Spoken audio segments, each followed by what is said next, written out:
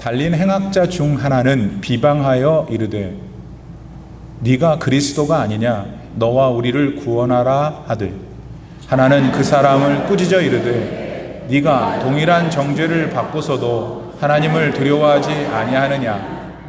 우리는 우리가 행한 일에 상당한 보응을 받는 것이니 이에 당연하거니와 이 사람이 행한 것은 옳지 않은 것이 없느니라 하고 이르되 예수여 당신의 나라에 임하실 때에 나를 기억하소서 하니 예수께서 이르시되 내가 진실로 네게 이르노니 오늘 네가 나와 함께 낙원에 있으리라 하시니라. 아멘. 하나님의 말씀입니다.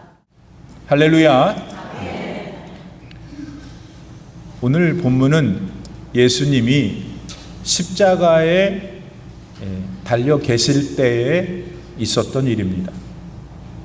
그런데 본문을 보니 혼자 계셨던 게 아닙니다. 예수님 양쪽에 두 행악자들도 나란히 십자가에 달려 있었습니까? 그러니까 조금 떨어져서 보면은 이렇게 예수님의 십자가를 중심으로 세 개의 십자가가 서 있던 거예요. 여러분, 아무리 난리를 쳐도 예수님이 지신 십자가는 죄라고는 전혀 없으신 예수님이 지신 십자가였습니다. 아니 그러니까 좀 나중에 매달기라도 하지 극악무도했던 두 행악자들을 굳이 예수님 바로 옆에 같이 매다하는 거는 뭡니까? 예수님을 억지로 죽이려고 했던 자들이 마음이 많이 불편했던 게 분명해 보입니다. 자기들의 비양심적인 악행을 덮어보려고 다른 죄수들을 나란히 세우는 방법을 택했으니까요.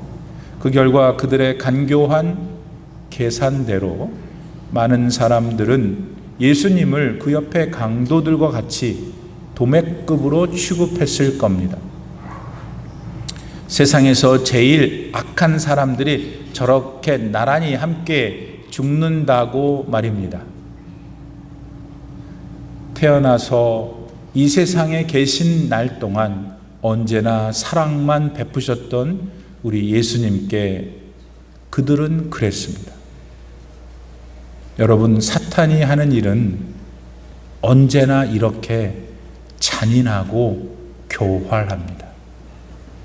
이런 사탄의 농간에서 예수님의 보호하심으로 언제나 승리하는 지혜로운 성도님들이 다 되시기를 기도합니다. 하지만 이런 장면 속에서 우리는 죽으시는 순간까지 사랑과 은혜를 베푸셨던 예수님을 다시 생각하게 됩니다. 문자 그대로 이 세상을 떠나시는 마지막 순간까지 예수님은 죄인들 사이에 계셨습니다. 죄인을 구하러 오셨다 하신 그분의 말씀 그대로 신실하게 구세주로서의 사랑과 희생을 그분은 끝까지 보여주신 겁니다. 여러분, 이 예수님이 지금 여러분 안에 계시는 여러분의 예수님인 줄 믿습니다. 늘 여러분의 삶 속에서 교제하시며 인격적인 교감을 나누는 유일한 구세주인 것을 믿습니다. 이 믿음이 여러분 안에서 오늘 더 성숙하고 더 성장하는 복을 누리기를 소원합니다. 자, 이제 본문 안으로 다시 눈을 돌려서 당시에 일어났었던 일들을 좀 더 자세히 살펴보지요. 여러분, 당시 그 갈보리 십자가 위에서는 구체적으로 어떤 일이 일어났었던 건가요? 먼저 39절 말씀에 보면은 두 행악자 중에 한 사람이 느닷없이 예수님을 막 헐뜯고 비난합니다. 아니 여러분, 뭐 다 떠나서 지가 무슨 자격으로 예수님을 비방할 수 있다는 말입니까? 그 시절에 십자가형에 처한다는 건 죄인이 반역자거나 아니면 극악무도한 죄를 지은 경우였어요. 그러니까 예수님을 비방했던 행악자는 입이 10개라도 할 말이 없는 죄인이었어요. 근데 감히 지가 뭔데 예수님을 헐뜯고 비난을 합니까? 게다가 그는 이렇게 말하면서 예수님을 조롱하기까지 했죠. 예수, 당신이 그리스도라며, 그런 구원자이니 너 자신과 우리도 한번 구원해봐. 참, 턱이라도 그렇게 하겠다 한 겁니다. 정말 우리 예수님 그 순간에 얼마나 괘씸한 마음이 드셨을까요? 자기와 같은 사람들의 죄를 다 사해 주시기 위해서 그 죄값으로 당신의 목숨을 내놓고 있는 바로 그때였습니다. 그런데 그와 같은 봉변을 당하셨으니 그러시는 게 당연한 일이지 않겠습니까, 여러분? 아무튼 주님은 그때 손바닥에 또 발에 박혀 있는 못들이 당신의 살을 다 찢어내리게 해서 너무 아파하셨습니다. 또 예수님의 머리 사방을 날카롭게 쑤셔대고 있는 가시들로 기절할 것 같은 고통 속에 계셨죠. 그런데 그것도 모자라 예수님은 한 인간의 무지막지한 공격도 받고 계셨던 거예요. 그게 우리 예수님이 이 세상을 떠나실 때 경험하신 마지막 일입니다. 그러니 참으로 죄송하고 죄송할 뿐입니다. 그러나 불행 중 당이라고 할 수 있을까요? 그 사람 반대편에 있던 행악자는 조금 전에 행악자와는 사뭇 달랐습니다. 그는 오히려 그렇게 예수님을 비방하던 행악자를 막 나무랐거든요. 어디 같이 사형 선고를 받은 주제에 당신이 뭔 자격으로 그렇게 막말을 하는 거야? 하늘의 하나님이 두렵지도 않느냐고 했습니다. 그러면서 그는 41절 말씀에서 연이어 이렇게 말하죠. 우리가 했던 짓을 생각해 보면은 우리는 이런 벌을 받아 마땅하지만은 저분이야 무슨 잘못이 있단 말이야. 그리고서는 예수님께 이렇게 한 가지 청을 드리죠. 42절 말씀에 나오죠. 예수님, 주님이 주님의 나라에 들어가실 때 나를 기억해 주십시오. 여러분, 이 행악자를 보면은 아까 그 행악자와 완전히 다릅니다. 왠지 뭔가 특별한 일이 갈보리 십자가상에서 이루어지고 있는 것 같습니다. 한 행악자는 예수님에 대해 그렇게 무정하게 욕을 막 퍼부어댔죠. 그러나 또 다른 행악자는 뭔가 자신의 잘못을 인정하고 살 길을 찾고 있어요. 그러니까 참 대조적입니다. 이런 본문의 상황을 깊이 제가 생각해 보니까 이런 모습으로 그려져요. 예수님께서 지금 죄인이지만은 자기 죄를 전혀 깨닫지 못하고 죽기까지 방자한 인생과 본인이 죄인인 것을 인정하고 거기서 살아날 수 있는 길을 구하는 인생 사이에 계시는 모습이 그겁니다. 여러분 어떠세요? 제 상상이 너무 과하진 않죠? 그래서였을까요? 인간은 생각하는 갈대다라고 말한 프랑스의 철학자 파스칼은 그의 책 팡세에서 사람을 이렇게 정의하고 있어요. 그는 하나님을 믿었던 사람이죠. 세상에는 두 종류의 사람이 있을 뿐이다.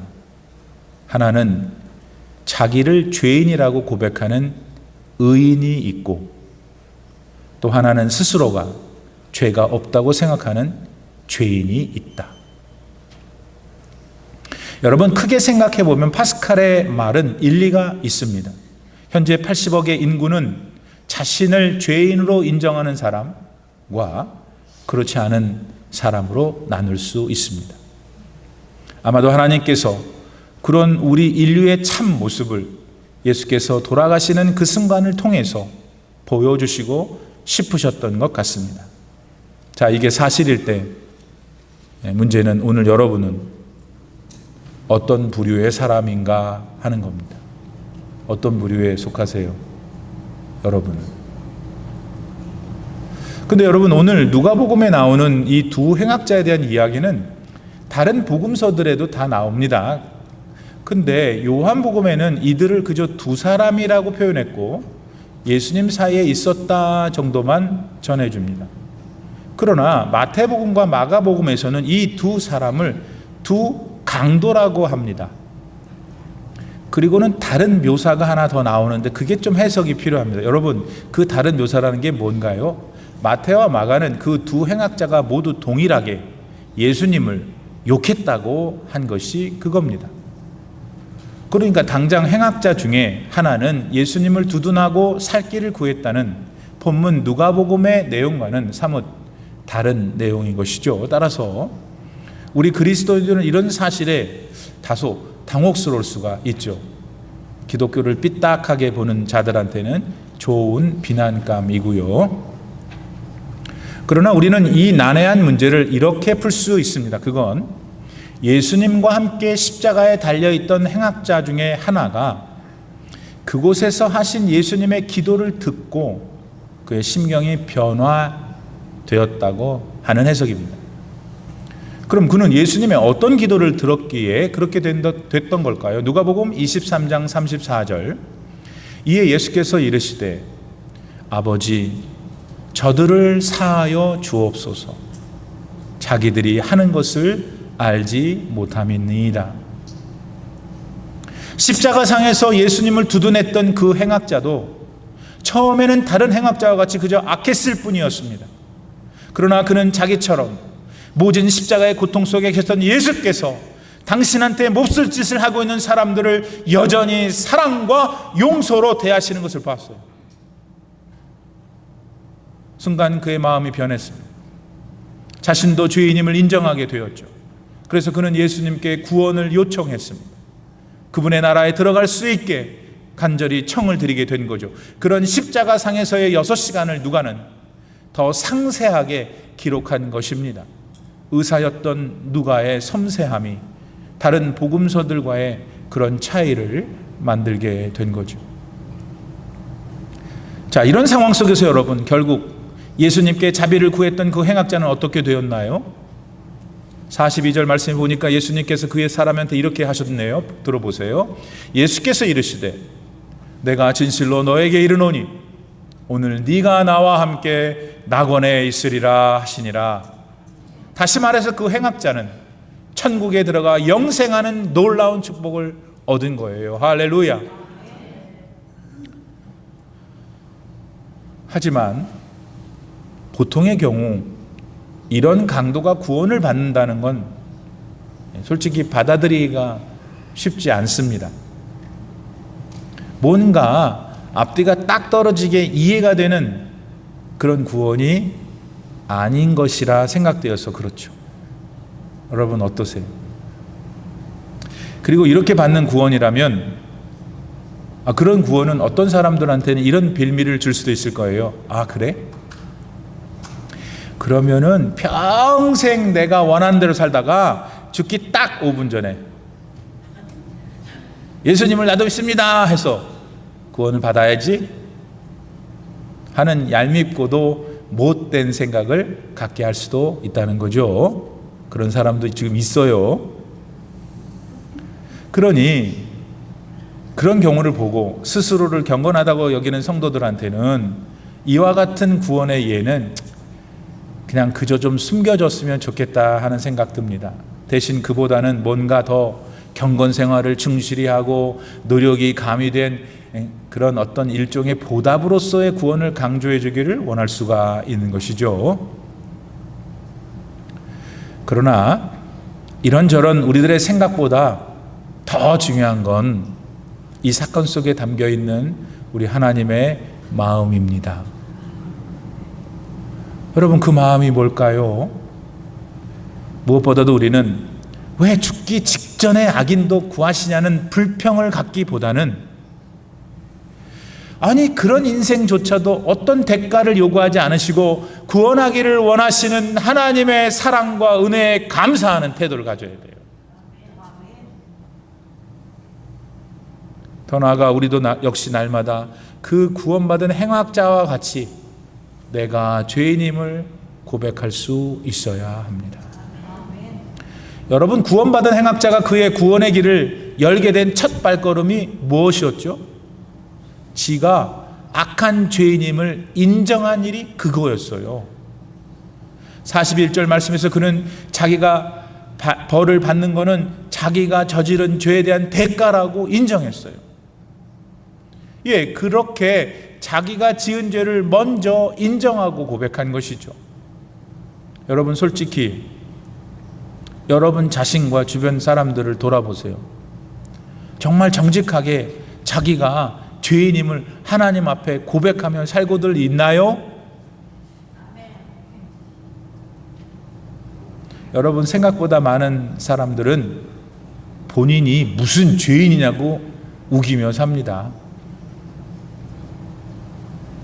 그러니 십자가에 달려 돌아가신 예수님을 도대체 뭘 가지고 믿을 수 있겠습니까? 게다가 이런 분들과는 달리 어떤 사람들은 자기가 지은 죄가 너무 많아가지고 너무 미안해서 교회를 못 나가겠다고도 합니다. 있어요, 없어요? 그 얼핏 듣기에는 뭔가 상당한 그 겸손한 사람 같아요. 하지만 여러분, 그 마음의 진위 여부를 떠나서 그런 사람들의 태도와 마음가짐은 죄를 용서해 주시는 예수님께로 가지를 못하게 해요. 결국 구원은 자신이 죄인이며 그 죄를 고백하고 인정할 때 시작되는데, 그 시작부터가 어려운 것이죠. 하지만 본문에 구원받은 그 행악자는 비록 그때가 죽기 바로 직전이었지만 자기가 죄인임을 깨닫고 인정했어요. 그리고 예수님은 그것을 즉시로 받아들이셨고 그를 낙원으로 데리고 가셨죠. 그러니 우리는 깨달아야 합니다. 뭘? 구원은 오직 하나님의 손에 달려 있다는 거예요. 그리고 그 구원의 시기와 시점 역시 하나님 아버지의 주권에 있는 거예요. 더 나아가 구원을 받은 우리 역시도 이런 하나님 마음을 잘 알아서 언제? 날마다 구원의 은혜를 주신 하나님께 감사하면서 살아야 되는 거예요. 하나님을 기억하고 예배하고 그분한테 나의 일거수일투족을 의탁하며 사는 거예요.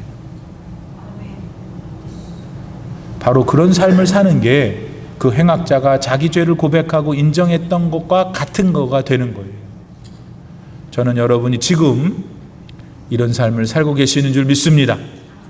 한편 이 구원받은 그 행악자는 자기가 죄인임을 인정한 다음에 요것도 했음을 우리는 잊지 말고 그걸 따라가야 해요. 뭐예요 그게?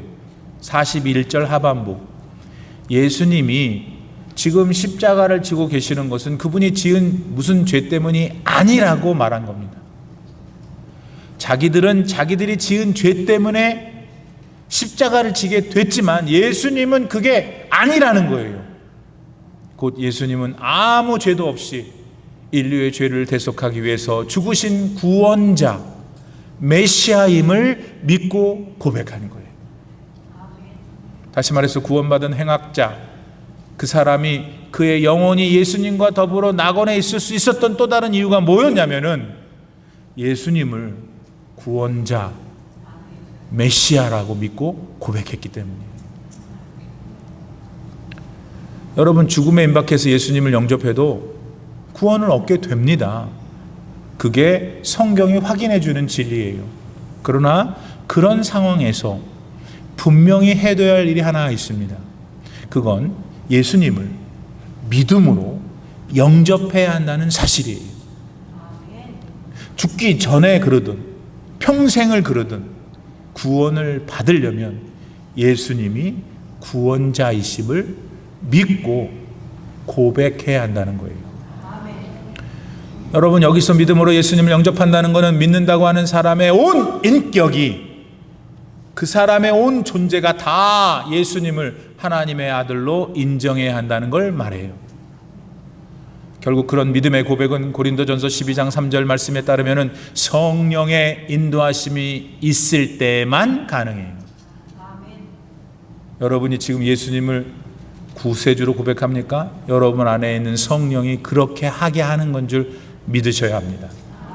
때문에 평소에는 줄곧 날라리처럼 살다가 죽기 일보 전에 나는 예수를 믿습니다 하는 그런 믿음으론 구원에 이르지 못한다는 걸 아셔야 하죠.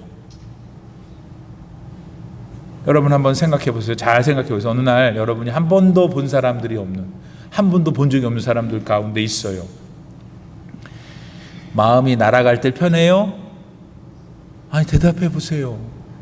한 번도 만나보지 않은 사람, 무지막지한 사람 거기 딱 있는데 마음이 날아갈 때 편하냐고요.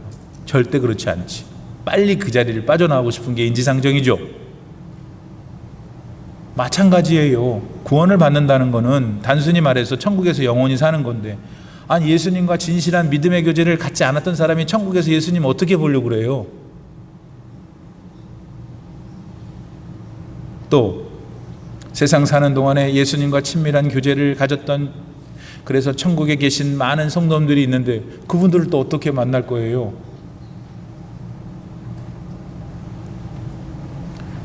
그래서 강조하고자 하는 건 이거예요. 구원받은 행악자가 마침내 구원을 받은 거는 그가 십자가 그곳에서 예수님을 구세주로 진심으로 영접했기 때문이에요. 사실 이럴 때 오늘 저와 여러분의 삶에서는 어떠냐는 거죠. 지금 우리도 진정 예수님을 참 구주로 영접하며 지금 살고 있는 건가요? 아이, 목사님 그런 기초적인 거 그만하세요. 여러분 다른 뭐 화려한 거 해봐야 소용없어요. 다 소용없어요.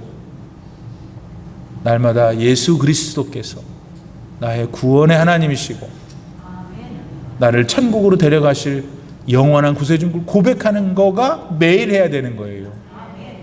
해보니까 실증이 안 나요. 실증 날 것 같죠? 인간은 실증 나요. 똑같은 거 하면. 근데 왜 실증이 안 나냐면 자기가 흔들리기 때문에. 흔들렸다가 믿었다가 흔들렸다가 믿었다 하니까 실증이 안 나는 거야. 그게 은혜예요. 흔들렸을 때 하나님 잊어버리면 끝이야. 근데 하나님 찾아오셔서 너 왜 그러냐? 그렇게 돈이 좋냐? 그래서 건강을 확 뺏어가시는 거예요. 정신 차리라고. 그 돈이 건강에 대해서 아무것도 할 수 없다는 거 알려주시려고. 우리는 속상하고 왜 나한테만 그러냐 하지만 하나님은 당신을 데려가시기 위해서 하나님 나라, 우리 입장에서의 고통을 주시는 거죠. 마지막으로 그 구원받은 행악자는 그의 생의 마지막 순간에 낙원을 언급한 걸 우리는 절대 잊지 말아야 합니다. 즉 그는 그의 삶의 마지막 순간에 천국에 가고 싶다고 한 것입니다. 여러분, 그 행악자는 십자가형을 받은 사람이었어요. 그러니까 이제 그 형벌에서 벗어날 수는 없는 거야. 그러나 그는 그와 같은 자기 생의 마지막 순간에 천국을 소망했어요. 그리고 그곳에 갈 수 있는 길이 구세주 되시는 예수님께만 있음을 믿었던 거죠. 그래서 그는 예수님께 낙원에 가실 때 저 좀 기억해 달라고 한 거예요. 그러나 반면 예수님을 비방했던 다른 행악자에게는 낙원이라는 거 없었어요. 그냥 죽으면 다 끝나는 거지 그랬죠. 지금 여러분 가운데 누구처럼. 그래서 어떻게 됐어요? 본인이 믿었던 대로 지옥 갔잖아요. 여러분, 생각보다 많은 사람들이 천국에 있는 걸 믿지 않아요. 대신 오직 이 세상에서의 쾌락, 이 세상의 즐거움, 거기에만 사로잡혀 있죠. 그렇게 천국과 지옥에 대해 무감각해져 있어요. 그러다 보니까 죄에 대해서도 어느 날 보니까 우리 자신들도 아주 가볍게 대하는 거예요. 재수가 없어서 걸린 거지 뭐.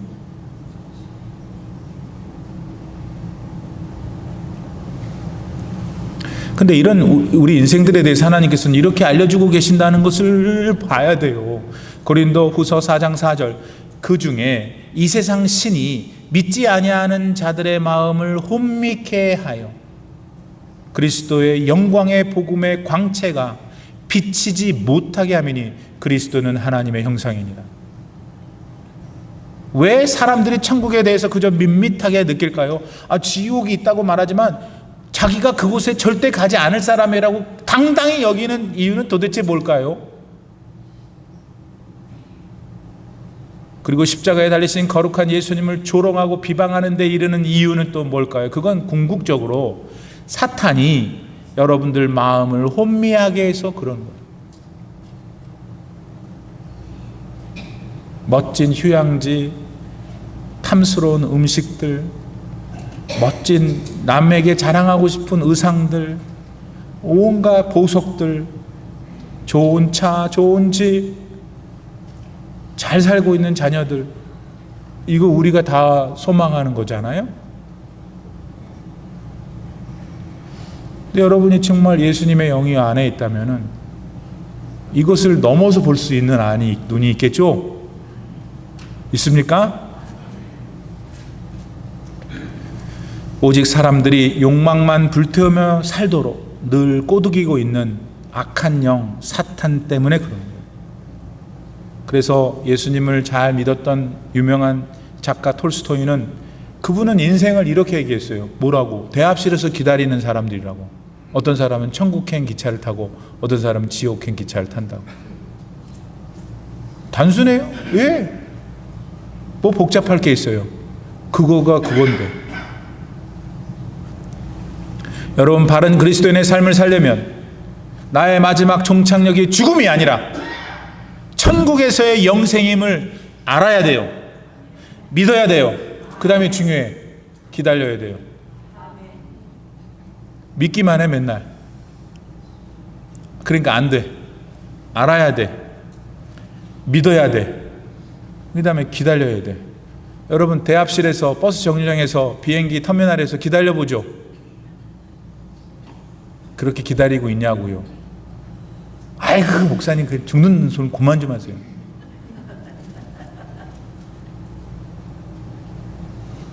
나도 안 하고 싶어.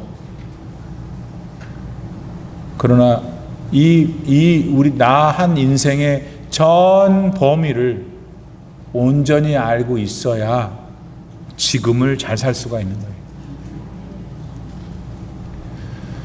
그런데 이런 삶을 살려면 힘이 필요해요. 힘은 뭐냐? 66권 하나님의 말씀이. 요거를 여러분 언제? 매일 맛있게 드셔야 돼. 그렇게 되면 계속 천국을 소망하게 돼요. 내 마음이. 예수님과의 영적인 교제를 가능하게 하는 믿음이 계속 신선해요. 그리고 그런 영혼의 그런 말씀으로 가득한 사람들은 하나님과 막 신령한 소통을 하는데, 신령한 소통이 뭐냐면 기도예요. 오늘 여러분 기도 안 하고 있죠? 하나님과 소통 안 한다는 거예요. 소통할 힘이 없는 거죠. 힘이 하나님 말씀이라고 그랬는데 말씀을 안 보나 보지. 사랑하는 성도 여러분, 본문에 구원받은 행악자는 자기 인생의 가장 끝에 서 있었습니다. 우리가 언젠가 이 사람이 섰던 그 자리에 갈 것입니다. 근데 우리보다 먼저 그 사람은 섰어요. 거기서 그는 자기가 서 있는 인생의 끝이 다라고 생각하지 않았다는 거예요. 그는 자신의 가장 인생 끝에서 하나님의 나라를 소망했다고요. 그래서 그곳에 가고 싶어 했어요. 하나님께 그곳에 데려갈 수 있는 예수님께 데려다 달라고 그랬어요. 오늘 여러분은 여러분에게 주어진 인생 가운데 어느 계절, 어느 시점에 서 계십니까? 그게 어디든 바로 그 자리에서 여러분은 영생의 소망을 갖는 믿음의 사람들이 되셔야 합니다. 그러려면 첫째, 나는 죄인임을 인정해야 합니다.